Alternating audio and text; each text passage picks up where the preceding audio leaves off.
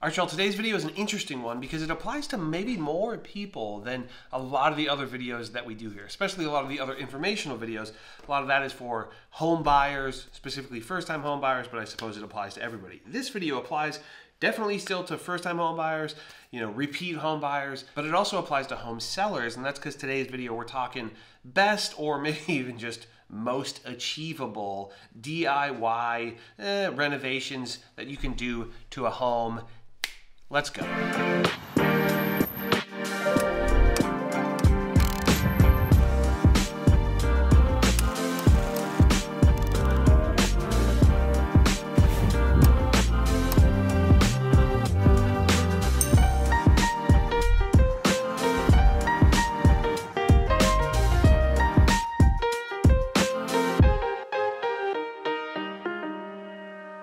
How's it going, friends? My name is Jesse Lynch, and I work with the hardest working real estate team in the game. We're called Welcome to Denver, and you can check out our website, welcometodenver.co.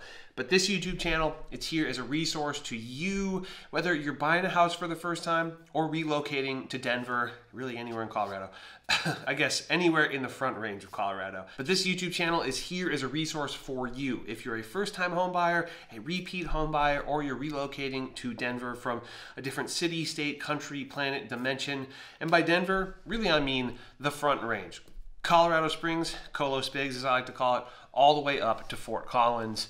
We're here to help you. So if any of that appeals to you, then do me a favor, do yourself a favor, subscribe to this channel, click that little bell to get notified so you can see every time we put these videos out.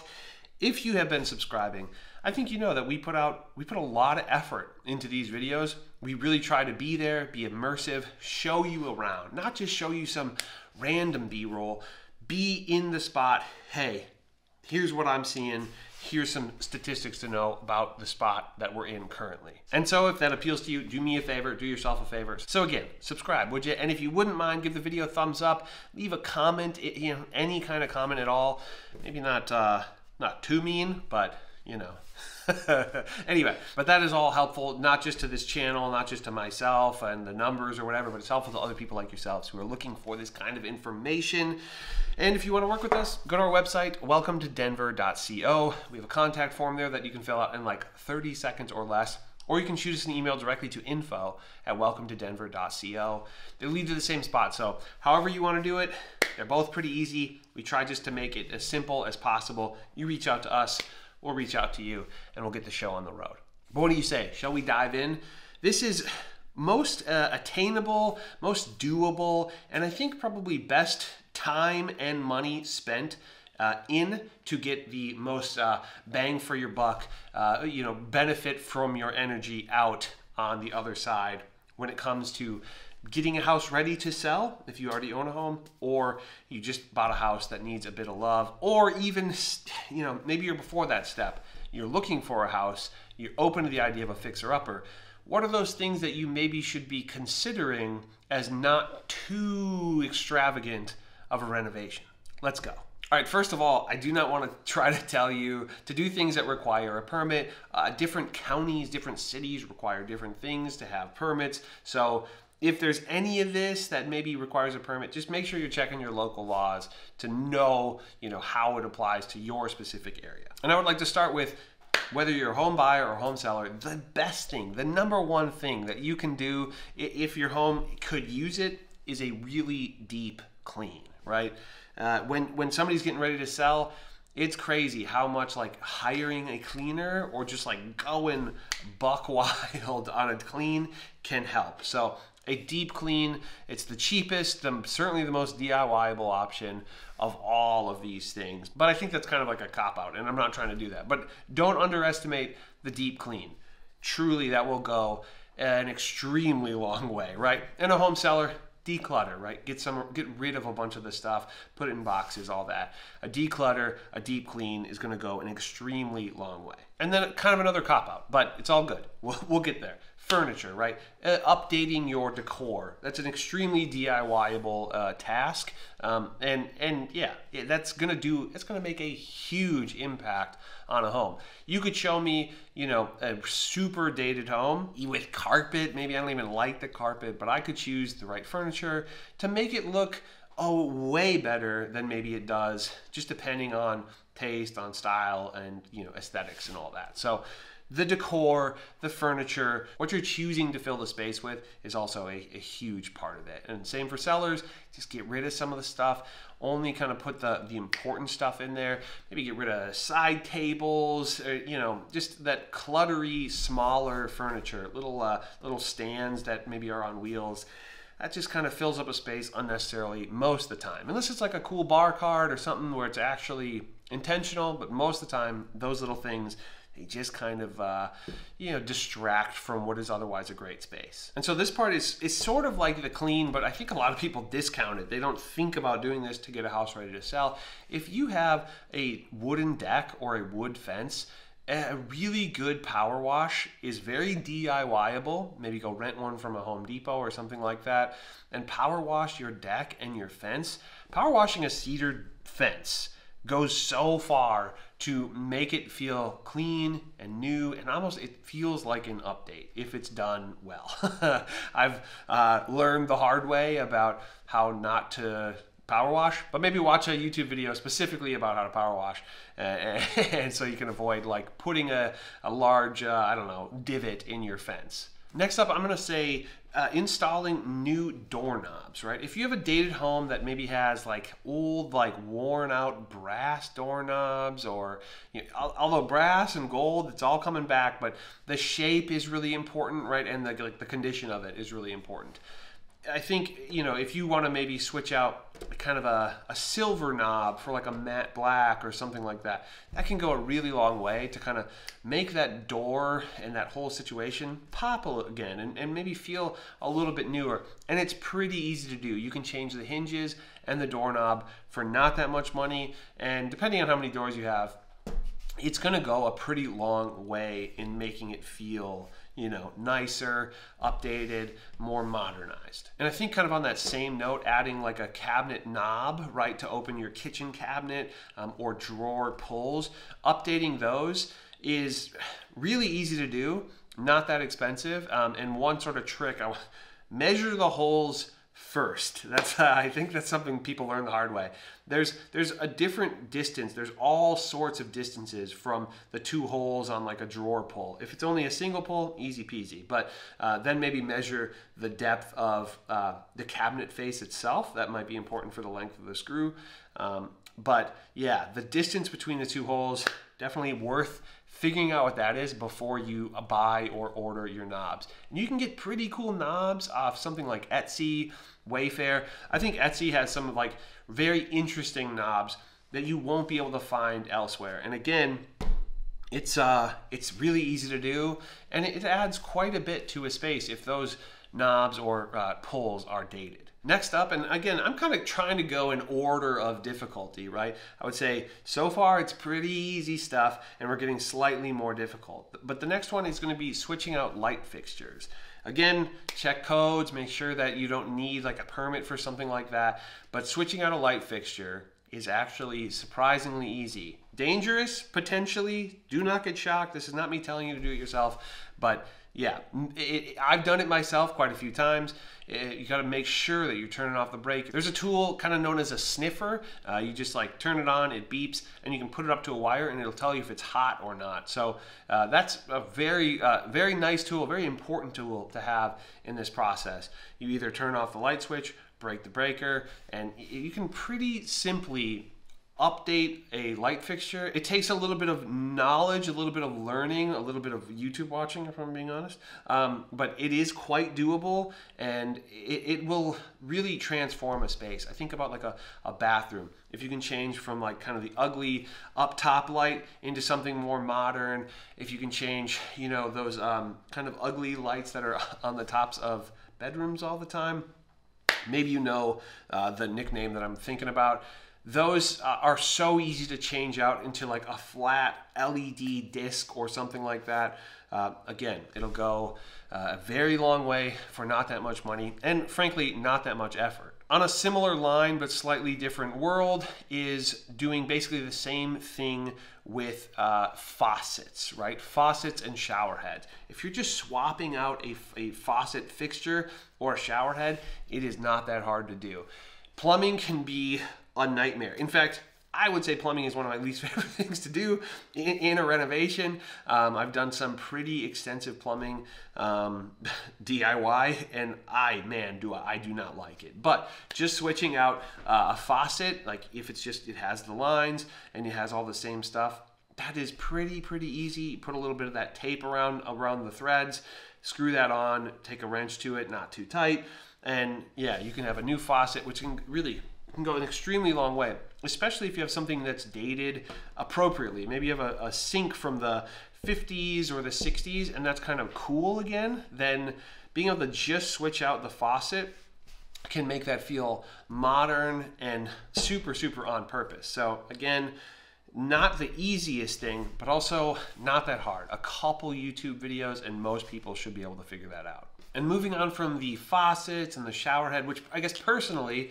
I'm right now, I guess, as where trends are currently to modernize things like that, I might go with like a matte black faucet and shower head. Depending on the decor, I might go with like a gold, especially like a matte gold, pretty fresh. Even maybe like a matte brass or something like that. Definitely very in. I think those are the 2-3 that you're seeing the most in like new construction and all that. That seems to be where the trends are for that. And next, I think this one is going to be, some people maybe would think like, well, that's the easiest one, but I'm going to disagree because I think it can get considerably more complicated depending on what you're doing, which is painting. Painting the walls is definitely one of the easiest things you can do to the house, right? Just painting the walls. But something that people often don't realize is that painting often includes more than just the walls. If you add ceilings, automatically more complicated, right? If you add trim, let's save trim for later because I think painting your trim is like a whole other animal. If you were painting any room and you were just doing the walls and then you decided to add trim, or you thought, how much longer to add trim? I would say at least double the time just to add the trim. Even though it looks like way less room, way less area to paint, the reality is trim will take you a lot longer. Next, I'm going to say landscaping. And I think landscaping is often an underutilized renovation, an underutilized update that a lot of people don't take advantage of. For one, landscaping can be really expensive. It can be, if you're moving earth, landscaping can be kind of absurd. But I think there are some very simple things that you can do to your landscaping that go a very long way. For example, adding new mulch, right? Or adding any mulch. Some places wouldn't have mulch to begin with. Adding mulch is really going to gussy up a planter bed. If your home allows for it, making new flower boxes for under the windowsills, always a good move. Well, maybe not always, but very often a really nice touch that makes the curb appeal just a little bit sweeter. And as far as making a planter box goes, that's like woodworking 101. It's about as simple as it gets. If you don't want to use a saw, all right, maybe don't do a flower box. But if you're, just beginning to figure out how to cut wood and put it together, flower box is a great first project. Also, little things, obviously mowing the grass, that's silly. But, edging the lawn along your sidewalk, along your driveway. Edging, I think, goes a long way in just making a place look very well kept. I don't know, have you ever watched those like long videos where people are just doing yard maintenance? Is that saying something too much about my YouTube preferences? But for whatever reason, there's like videos that get shown where it's just like, I mowed this person's lawn and they were happy about it. I think edging just goes a really long way in making things look well put together and making things look like they're particularly well taken care of, which at the end of the day is a huge part of what makes a place look nice. And lastly, of course, planting different things. You can plant a small tree. It's not necessarily that easy to do something like a small tree, but once you get down to like a flower, a shrub, some grasses or something like that, that gets pretty easy to do and the payoff is quite high. And this last one, I'm going to say like rounds out the first chunk, which I'm going to say is like beginner or the easiest parts of these DIY. And then we're going to get into some that are maybe a little bit more challenging, but if you're feeling you know, ambitious, you might be able to tackle it, and they go a long way. Also, the DIY could go a long way in saving a lot of money rather than hiring somebody. And this last one is flooring, specifically adding like a vinyl plank flooring, an LVP, LVT. LVP means luxury vinyl plank. LVT means luxury vinyl tile. Fundamentally the same products. They're fairly synonymous, but those, depending on what your subfloor situation is, you know, if you're tearing up carpet and you just have a subfloor, it can be a good amount of work, but not that hard, right? If your floors are relatively smooth, or if you get the right product, there are certain products that are good at bending over like wavy floors. There's one from Home Depot. Actually, this shop space used that. Traffic Master, something like that. Allure. So, I don't know. There's a flexible plank, but a lot of them are not quite as flexible. So depending on the floor, pay attention to that. But that goes an extremely long way, right, in sort of churching up a house. And like I said, now we're moving on to a slightly more advanced range of DIY-ness, which let's call 201, right? If we were just talking about, you know, DIY 101, this is DIY 201.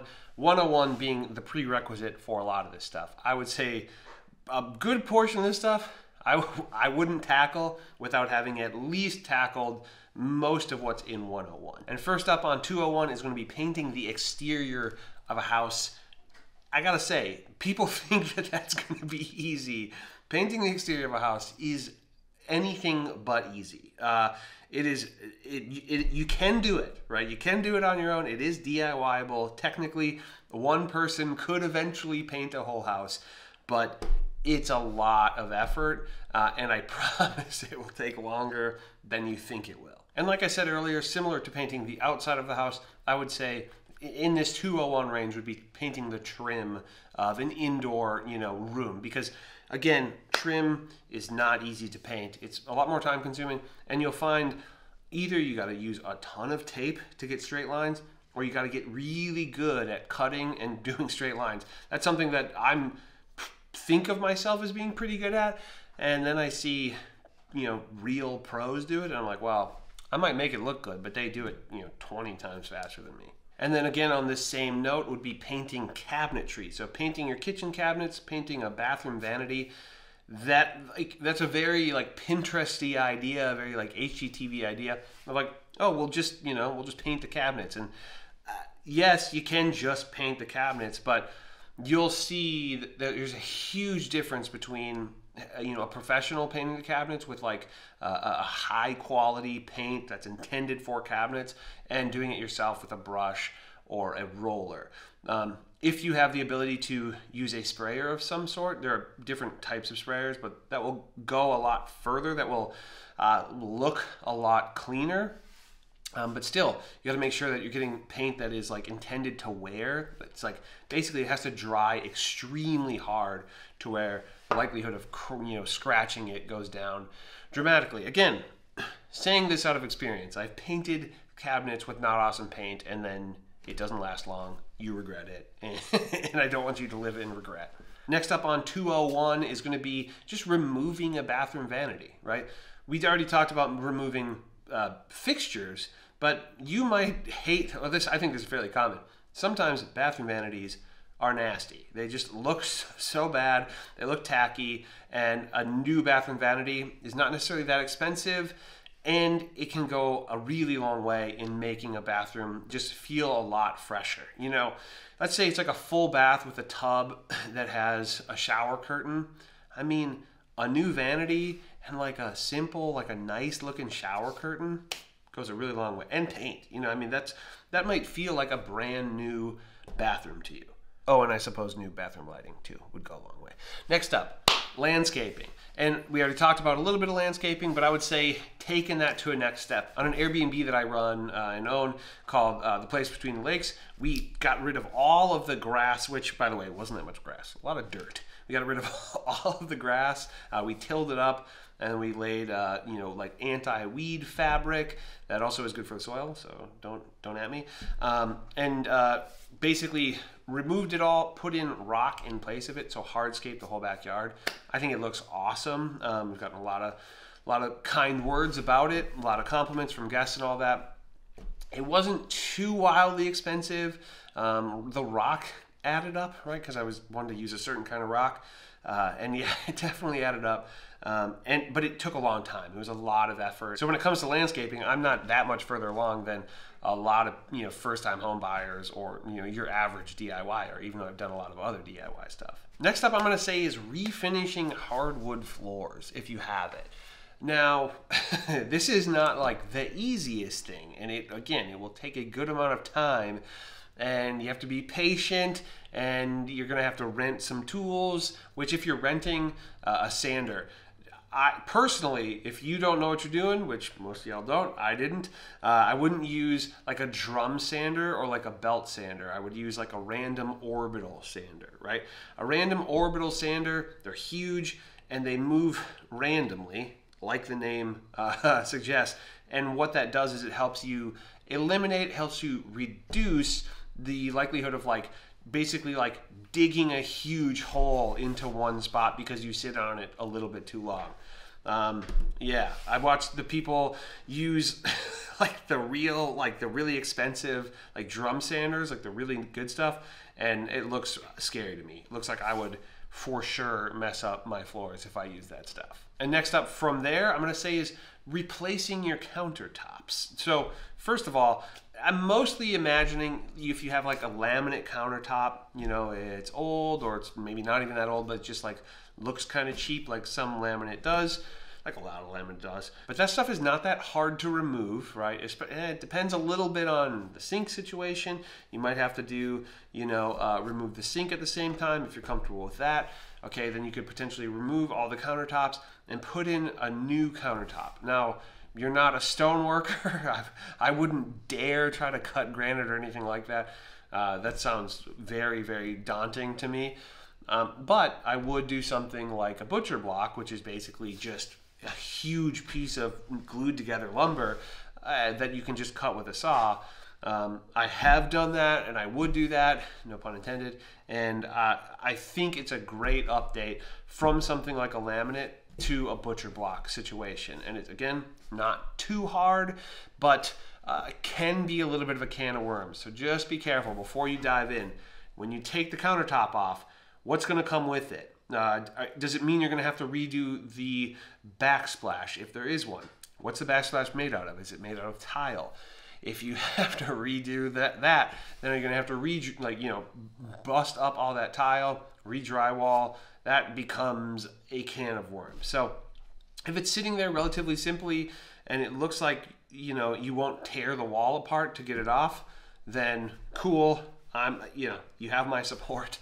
But yeah, just be careful with that otherwise. Next up is basically like a advanced version of the power washing your deck or power washing your fence, which is basically just replacing those boards altogether. I kind of think replacing fence boards would be slightly easier than replacing deck boards, mostly, right? Mostly because they are just kind of sitting on top of the ground. They're not usually like dug in or anything like that, and there shouldn't be too much cutting required, right? Mostly you're just kind of taking old ones out, putting new ones in with screws. That's not too bad.